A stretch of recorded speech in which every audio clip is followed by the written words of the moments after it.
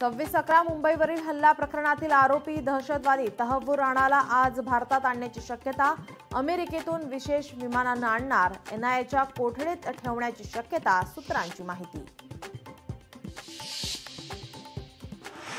संतोष देशमुख हत्येला 4 महिने पूर्ण, बीड जिल्हा सत्र न्यायालयात आज सुनावणी। सरकारी वकील उज्ज्वल निकम सुनावणीला राहणार हजर। मुख्य आरोपी कृष्णा आंधळे अद्यापही फरार। बीडच्या मसाजोग येथील आवादा कंपनीत चोरी, 12,87,000 रुपयांचं साहित्य चोरीला। कर्मचाऱ्यांचे हातपाय बांधून चोरी केल्याचा धक्कादायक प्रकार।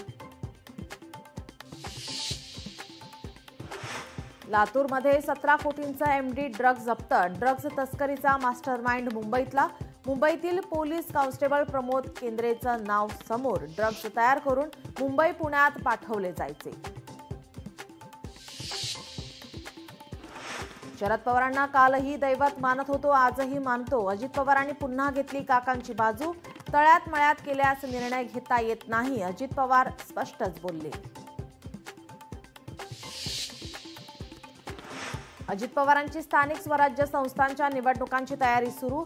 आठवड्यातील 4 दिवस अजित पवार महाराष्ट्र दौऱ्यावर, पदाधिकारी मेळावे आणि सदस्य नोंदणीवर भर।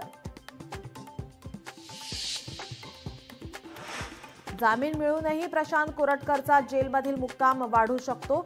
महावीर जयंतीची सुट्टी असल्याने प्रशासकीय कार्यवाही होण्याची शक्यता कमी। लोकशाही मराठी ऐका, पहा, जागरूक रहा।